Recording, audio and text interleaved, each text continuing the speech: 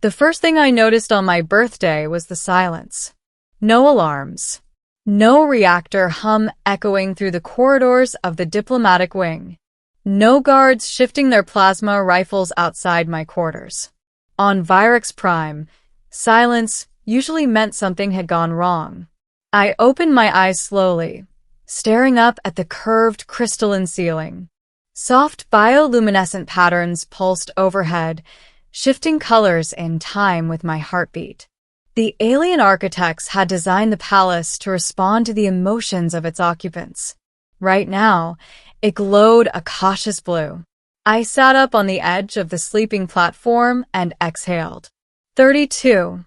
I muttered to myself. Happy birthday, Earth Envoy. I hadn't expected anything special. Birthdays weren't recognized on Virex Prime, and humans were still considered provisional allies. Useful, but strange. Fragile. Temporarily tolerated. Still, I hadn't expected this. A chime echoed through my chamber, melodic, layered with tones no human instrument could replicate. Envoy Elias Carter. A voice said gently. Her Radiance, Queen Shaleth, requests your presence in the Ascendant Hall. Immediately. I frowned. The Ascendant Hall was reserved for declarations of war, coronations, or punishments. I dressed quickly in my formal envoy attire, the fabric adjusting itself to my body temperature as I moved.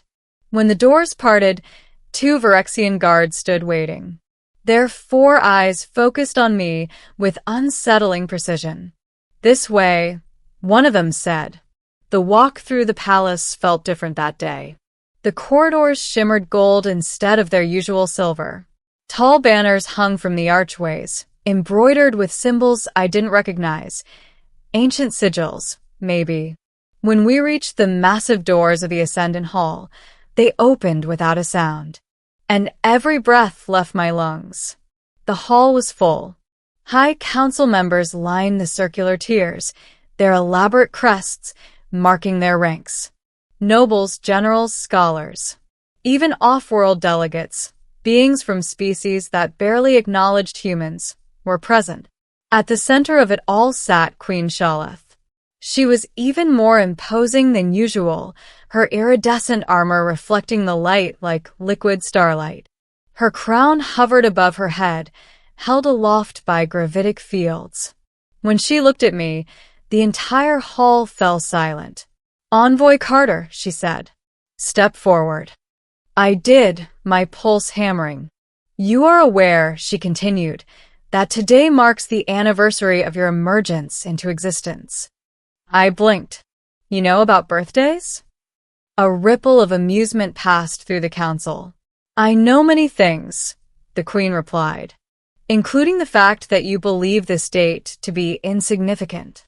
She rose from her throne. On Virex Prime, she said, we honor those who alter the course of fate. You have done so.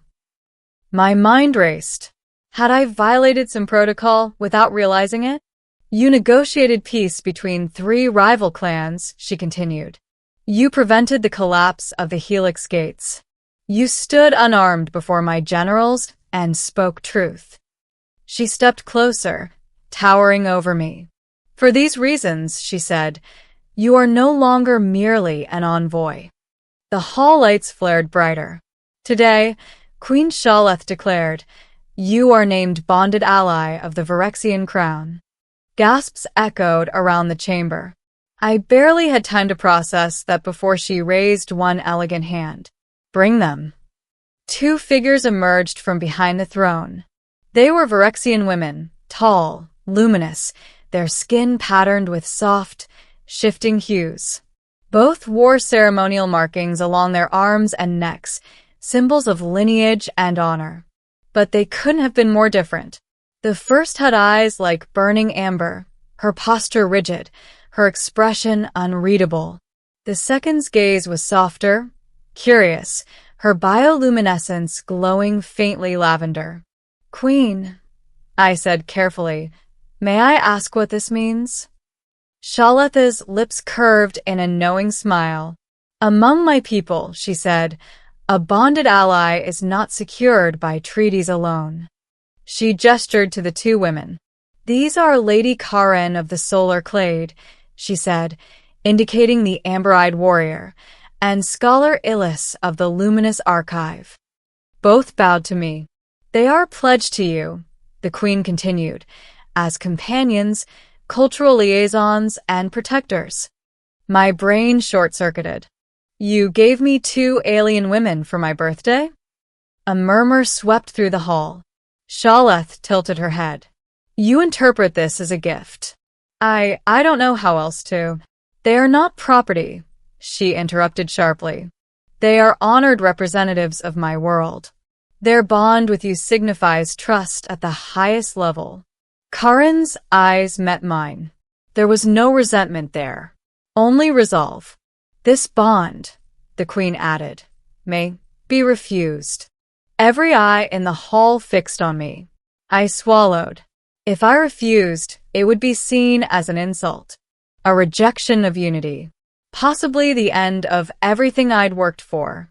If I accepted, my life would never be the same. I accept, I said quietly. The hall erupted in resonant chimes, celebration. That night, everything changed. Karen was blunt, disciplined, and spoke as if every word were a blade. She questioned my decisions, my instincts, my weaknesses.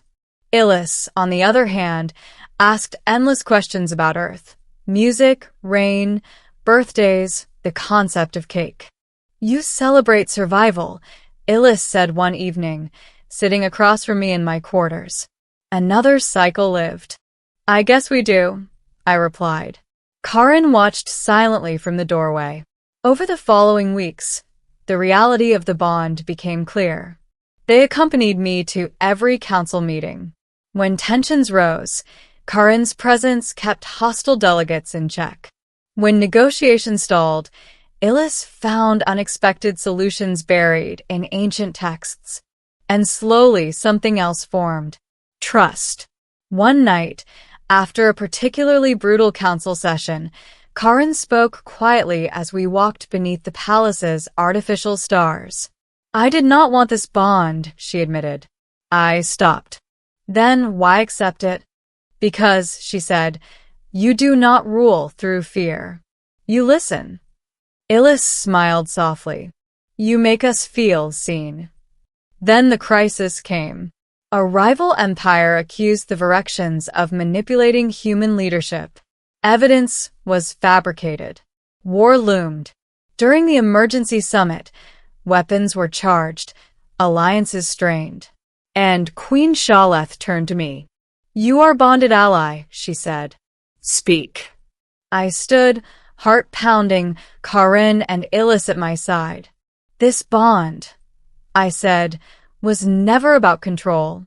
It was about connection. I revealed the truth, the forgeries, the lies, the manipulations. Illis's research and Karen's intelligence contacts backed every word. The hall fell silent. Then the accusations collapsed.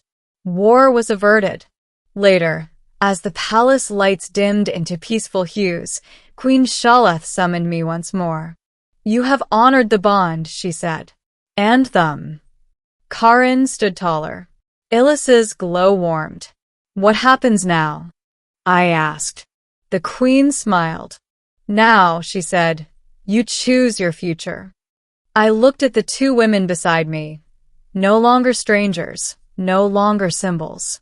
Family, in a way I never expected.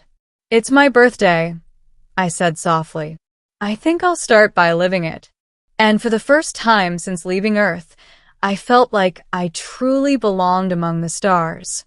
The palace settled into night, though on Virex Prime that meant something different than darkness. The stars above the capital shifted into slow, deliberate patterns, constellations rearranging themselves like a living map. I stood on the outer balcony of the diplomatic wing, hands resting on the smooth crystalline railing, listening to the distant hum of the city. For the first time in years, there was no crisis waiting for me. Karen stood to my right, armor removed, wearing the simple ceremonial robes of her clade. Without the rigid plating, she looked less like a weapon and more like what she truly was, a protector who had chosen her cause. Illis leaned against the railing on my left, her bioluminescent markings glowing softly, recording the night sky through a small hovering archive lens. "You know," I said, breaking the silence, "on Earth, birthdays usually end with people going home." Illis smiled. "That sounds lonely." Karin nodded once. "This is better." I turned to look at them, at how naturally they stood beside me now, no longer bound by ceremony alone. The bond the Queen had announced so dramatically hadn't become a chain. It had become a bridge. Queen Shalatha's words echoed in my mind. "You choose your future." "I won't stay forever," I said honestly. "One day, I'll have to return to Earth, to remind them that the stars aren't something to fear." Karin met my gaze. "Then we will stand with you until that day." "And after," Illis added gently, "because bonds do not end at borders." Below us, the palace lights shifted from gold to a deep, hopeful violet, the color of renewal. Somewhere in the distance, Phyrexian chimes rang out, marking the end of a historic cycle. My birthday. I had arrived on this world as a representative, a negotiator, a fragile human trying to survive among giants. But I was no longer just an envoy. I was bonded ally to an alien crown, a bridge between species. And for the first time since leaving my home planet, I wasn't counting the days until I returned. I was counting the days forward. As the stars realigned overhead, I realized something simple and terrifying all at once. The Queen hadn't given me 2 alien women that day. She had given me a place in the universe. And this time, I intended to earn it.